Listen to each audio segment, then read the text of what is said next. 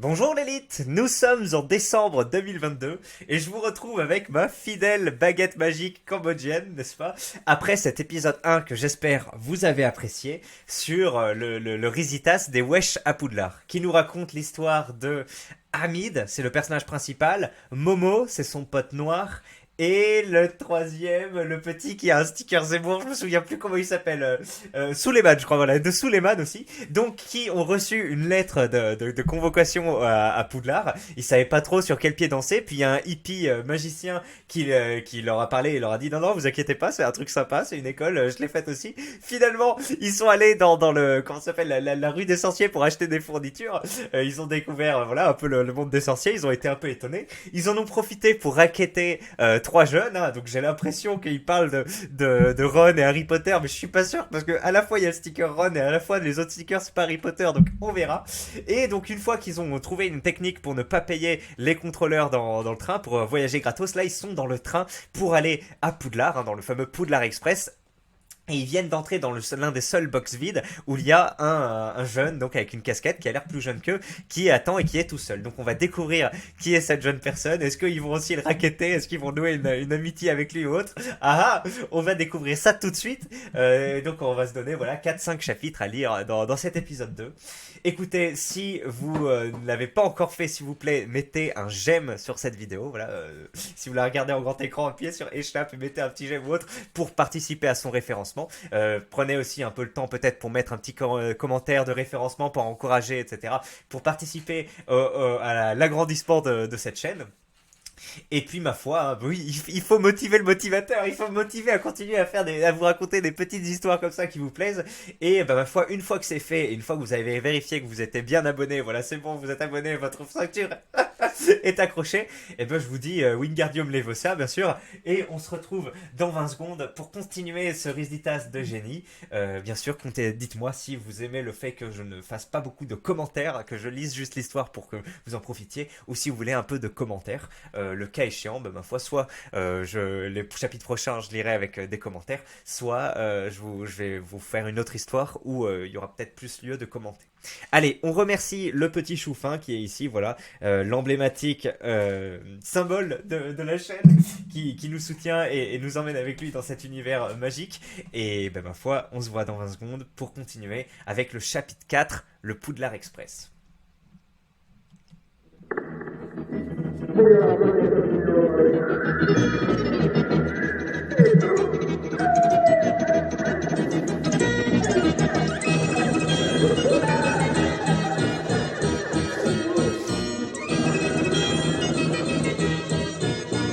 forum normaux avec des gens normaux. Hop là. Je reprends donc ma voix et ma prosodie de Hamid, le personnage principal. Du coup, on rentre dans le box. On commence à poser nos sacs tranquilles et on s'assoit, tu vois. Zerma, le gamin, il faisait que nous théma avec son petit sourire en coin, là. Du coup, au début, on parle pas, tu vois. On sait pas trop quoi dire. Puis là, le gamin, il parle comme ça, sans prévenir. Vous êtes nouveau? Vous vous appelez comment?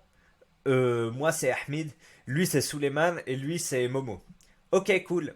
Et là, le gamin, il continue à nous théma en souriant avec son vieux sac Bob l'éponge là. Wesh, du coup, tu sais combien de temps on en a pour le trajet? Bien, c'est 4 heures. C'est mon frère qui me l'a dit. Du coup, vu qu'on n'avait rien à branler, t'as vu, on commence à se rouler un thé au calme. Suleiman part fermer les stores de la cabine. Momo commence à sortir l'enceinte chargée à 100%, t'as vu? On connaît les bails. Du coup, on commence à se mettre versus de Niska avec MHD pour s'ambiancer un peu, t'as vu? Et il y, a le- y, a, y, a, y a le petit, il nous fait quoi? Eh, c'est de la bonne, je peux tirer? Wesh, on a failli se taper une barre. Le gamin avec sa vieille casquette qu'il devait avoir aux alentours de quoi, 10-11 ans, il nous demande s'il peut tirer. Eh, t'es pas trop jeune pour fumer, toi? Non, t'inquiète pas, j'ai déjà fumé avec mon frère. Je suis rodé, poteau. Le gamin allait tousser comme Jaja, ça allait être bien marrant. Pour le fun, on se dit pourquoi pas, t'as vu, et puis Zerma au moins, il arrêtera de nous casser les yux. Du coup, Souli, il allume le thé tranquille, on prend chacun 2 tafs, puis Momo, il passe le ouinge au gamin en souriant. Et là, le gamin, poteau, il commence à tirer comme un déscolarisé sur le thé, on n'était pas prêt. Ouais, il y a un arrière-goût sympa. Vous faites pousser? Bah avant de bouger ici, ouais, on faisait pousser, ouais. On a continué à fumer tranquille, on a discuté avec le petit qui nous a raconté vite fait comment c'était le bail. À Skip, c'était des sortes de famille ou de maison, j'ai pas compris le délire. Genre, il nous a expliqué, on te foutait un chapeau sur la teuté et après le chapeau il t'indiquait où t'allais. Ça avait l'air d'être un bon délire ça. Après, il y avait plein de trucs, genre le concierge qui était casse-couille et le directeur de l'école qui faisait gagner Gryffondor chaque année ou je sais pas quoi.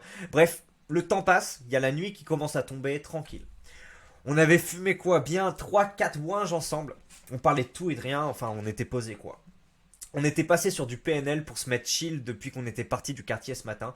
C'était le seul moment où on pouvait enfin respirer, prendre le temps quoi, t'as vu. Du coup, à un moment, Zerma, je décide de bouger du box pour aller chercher un truc à graille. Quand j'ai ouvert les portes de la cabine, gros, j'étais pas prêt. Zerma, on avait enfumé le wagon en entier. T'en as qui commencent à se retourner en mode on est des criminels, t'as vu? Mais c'est qui ces gars-là? Ils ont pollué tout le wagon. Depuis quand on a des mecs comme ça à Poudlard? Il faut qu'on appelle le préfet là. Je suis à 2 doigts de perdre mon calme. Mais qui sont ces gens-là? Je sais pas, mais moi ça m'a donné faim. Bref, je m'en balais que j'étais totalement fonce des gros. Du coup, je trace ma route jusqu'à trouver une vieille dame qui vendait des espèces d'haribots sa mère ou des trucs du genre, tu vois. Bonjour, vous vendez des kebabs? Meuf, elle me regarde comme ça. On ne vend pas de plats orientaux ici. Désolé, jeune homme. Mais partez ou je sors la gazeuse. Genre la vieille daronne, elle vient de dire ça. Il y a plus de respect, de toute façon aujourd'hui, c'est mort, frère, c'est mort. Je suis retourné m'asseoir dans le box. Et quoi, 10 minutes plus tard, je sens que le train commence à s'arrêter. À Skip, on venait d'arriver à Poudlard. Chapitre 5, l'arrivée au bahut. Du coup, ouais, frère, le train commence à s'arrêter. Donc on se dessape pour foutre la vieille robe noire, je sais pas quoi là. On sort sur le thé, gros. On savait pas où aller, voilà.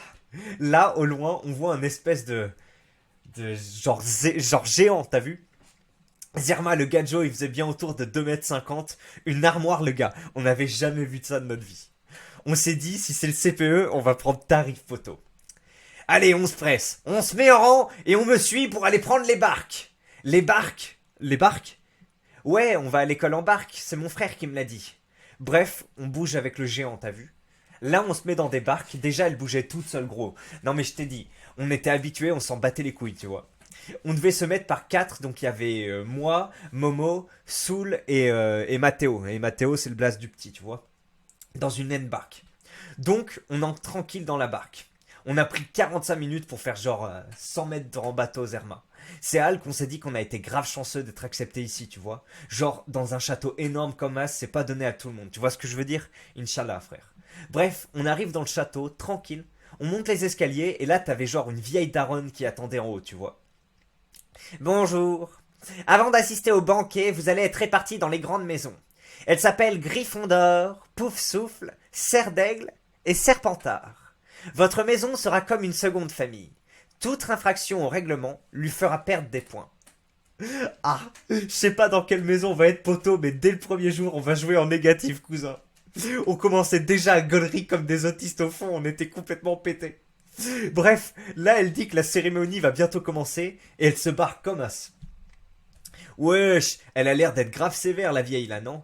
Voilà, ça me plaît ça. Ça sent la vieille frustrée qui vote FN tous les jours, sa frère. Elle va voir nos teutés, direct, elle va nous hagra jurer. Ça me plaît pas ça. Et là, je sais pas, il se passe quoi. Je commence à y avoir une embrouille devant nous, genre. T'as une espèce de blond, ses parents ils doivent voter FN aussi obligé, qui commence à dire à un roux qui sait pas se fringuer et que ses parents c'est des prolos, je sais pas quoi, tu vois. Après, j'ai pas entendu tous les bails, mais là, il y a le pote du roux, il a fait Attends. Euh... Attends. Et là, donc du coup, il y a j'ai pas compris tous les bails, mais il y a le pote du roux, il s'est avancé, il a dit un truc du genre Zerma, je peux me débrouiller solo, frère, reste tranquille. Ou un truc du genre, tu vois, il a dit ça au mec blond. Et donc, regardez la tête de la personne qui a dit au mec blond je peux me débrouiller tout seul. Voilà. Vous avez compris de quelle scène on parle, j'imagine. Ou un truc du genre. Enfin bref, les portes s'ouvrent et là, on voit masse de gens dans un espèce de grand réfectoire. Il y avait des tables, cousins, elles faisaient, sans rigoler, hein, au moins 25 mètres de long. Du coup, on s'avance. Les autres qui étaient assis faisaient que de nous théma, c'était chaud, mais on baissait pas le regard, t'inquiète même pas. On s'arrête à un moment devant des vieux qui ressemblaient à des profs. Et là, t'as un espèce de vieux sage qui commence à prendre la parole. Je vais vous énoncer quelques points du règlement intérieur. Il est interdit d'aller dans la forêt et autre part. Et d'autre part, l'accès au couloir du 3e étage de l'aile droite est formellement interdit, à moins que vous ne souhaitiez mourir.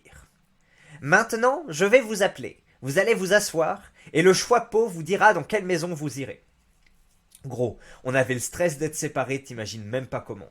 Elle commence à appeler des gens, genre une meuf type première de la place, elle va à Gryffondor, le roux qui s'est fait Hagra, pareil, il va à Gryffondor. Putain, même pas on va avec les bouffons, nous, c'est mort, y a pas moyen. Le blond, il va à Serpentard, et là, poteau, Hamid Benzawid. Je monte, tu vois, je suis prêt à en découdre. Et là, le choix-peau, il me dit quoi? Il me dit, pouf souffle. Gros silence dans la salle. Madame, c'est bien pouf souffle. Et là, poteau, la vie de ma mère, il y a des gens, ils ont rigolé. C'était ces armelles de Serpentard. J'ai rien dit, je suis parti m'asseoir sur le banc des autres, j'avais grave la haine contre ces kelbés. J'attends, il y a des gens qui passent, et là, c'est au tour de Suleiman. Il prend le choix-peau et il lui dit, t'as intérêt à mettre pouf souffle, sinon poteau, t'es mort. Silence. Pouf souffle, dit le choix-peau. J'étais plié de rire. Gros, on était refait. Et il manquait plus que Momo. Là, Momo, il monte, il pose le choix-peau, pouf souffle. Gros, il a couru vers le banc et on a crié des Ish, Ish, 93, Ish, Ish. Théma, les autres à côté, ils étaient en stress, frère. Du coup, là, je me retourne vers ces kelbés qui avaient gaulerie. Les serpentards, c'est mort ou je sais pas quoi. Et là, vous êtes morts, vous êtes tapés des barres, on va voir qui va gaulerie maintenant. Artaï, tu vas voir, toi et ta sale tête, va. Hein, mais on voulait pas, c'était pas méchant. Désolé si on vous a... Du coup, je me retourne, j'en laisse même pas le temps de s'expliquer, tu vois. Sous les momos, ils étaient éclatés de rire sur la table. Et là, t'as le vieux sage qui s'apprête à parler. Chapitre 6, les dortoirs. Que le banquet commence. Et là, poteau, il y a Agraï qui commence à surgir de partout, t'as vu. Il y avait trop de trucs, c'était impossible de tout dire, mais il y avait masse bouffe en tout cas. Bref, à la fin du repas, il y a un gadjo qui se lève et nous dit de le suivre pour qu'on découvre nos quartiers. Et la vidouane, il a vraiment dit Tiekar, l'autre abruti là. Wesh, il sait pas ce que c'est qu'un quartier ou quoi. Parle français, on voit après, poteau. Bon, les premières années de Poussoufle, suivez-moi et s'entraîner. Du coup, là, on se lève et on commence à le suivre, t'as vu? On monte des escaliers qui bougeaient tout seuls, mais genre 100% c'était fait par des gitans. On avait vu la même à une fête foraine près de Londres. Du coup, on monte, là on traverse des cuisines je sais pas quoi. Juré, on était du père, mais le délégué de classe, il faisait genre que non. Au bout d'un moment, on arrive dans un salon, t'as vu? Ça, c'est la salle commune de Poustoufle. Les dortoirs des garçons, c'est à droite en montant les escaliers, et celui des filles à gauche. Vous dormirez avec vos camarades de promotion. Les dortoirs des autres années sont au-dessus de vous. Et surtout, je ne veux aucun problème durant cette année, compris? En nous regardant, nous, bien fixement. Nous, on fait genre on a compris, t'as vu? On baisse un peu les yeux, on rigole hop. Enfin, t'as capté, cousin. Bref, le délégué, il quitte la pièce, et là, poteau, on commence à taper une grosse pointe vers les chambres. On arrive dans le dortoir, et là, il y avait genre nos affaires bien rangées, et tout en bas de nos lits, tu vois. Hôtel 5 étoiles, ma gueule, bla bla, on était refaits. Eh les gars, Zerma, ils ont laissé la chicha dans le sac. Voilà, je croyais on allait se la faire chourave. Allez frérot, si. Allez, on va se mettre yimbe. Du coup là, on commence à installer la chicha au milieu du dortoir. Momo fout poteau de fianso. Cimer Momo, putain. Je reste le pote, le frère ou la mif que t'as pas. Cherche pas le calcul, le bluff ou le vice, y'en a pas. On était que 5, tu vois, dans la chambre, donc en vrai, on dérangeait personne, t'as vu? Genre, il y avait nous, t'avais aussi le petit Mathéo et un autre gars un peu timide, t'as vu? Et wesh, au fait, toi, tu t'appelles comment, cousin? Wesh. Je m'appelle Célestin. Et vous? Wesh, je comprenais pas pourquoi il bégayait l'autre. Zerma, on l'avait pas agressé, on lui avait juste demandé son place, voilà. Moi, c'est Hermite, t'as vu? Le Renoir, c'est Momo, et l'autre Mar, c'est Suleiman, mais tu peux l'appeler Soul. Et là, le petit là, c'est Mathéo, le thug de la banque, ma gueule. Salut, a-t-il dit en le regardant en souriant. Ah, bah ok, bah c'est ouais, bah c'est cool, quoi. Bah bonne nuit, les mecs, bonne nuit. Ok, bah bonne nuit, gars. Du coup, nous, on a commencé à fumer, t'as vu? Direct, le petit, il s'est ramené là, des bars, putain. On fume tranquille, on parle de tout et de rien, t'as vu? Et Matt, tu sais, on a quoi demain? Je crois qu'on commence à 8h par cours de potion. Le prof, c'est un vrai tarbat, c'est mon frère qui me l'a dit. On continue de fumer et tout, peut-être vers minuit, 1h du mat, t'as vu, on est allé dormir pour bien être frais pour demain, tu vois. Et on devait aussi s'occuper des autres de Serpentard, et t'inquiète même pas, frère, qu'ils allaient s'en souvenir, ces petits bâtards. Ok, second épisode, je vous propose d'en terminer ici. Pareil, une quinzaine de minutes. Est-ce que ce format vous plaît? Alors pareil, si vous voulez que ce soit plus long, dites-le moi. Après moi, je me suis dit, pour faire plus de vues, je vais faire des épisodes plus courts. Vu que là, j'ai pas de commentaires et que je vais assez vite. On a déjà fait plus de 10% du Risitas. Je me dis, je fais des courtes vidéos. Mais après, si vous préférez mettre des longues, peut-être faire ça. Après, voilà, l'idée c'est les personnes bon, qui veulent écouter ça un peu en faisant autre chose. Ils auront plusieurs épisodes, ils mettent la playlist. Ça, c'est pas trop grave que ce soit des épisodes courts. Mais alors pour les premiers qui découvrent ces petites vidéos au jour, désolé, c'est un peu long. Ça fait enfin un peu court, je veux dire des courtes vidéos, mais bon, c'est comme ça. Je me dis que ce format peut faire plus de vues après. Tu vois, au lieu de faire une vidéo de 45 minutes, si les gens la regardent, ça fait 3 vues. À voir, à voir.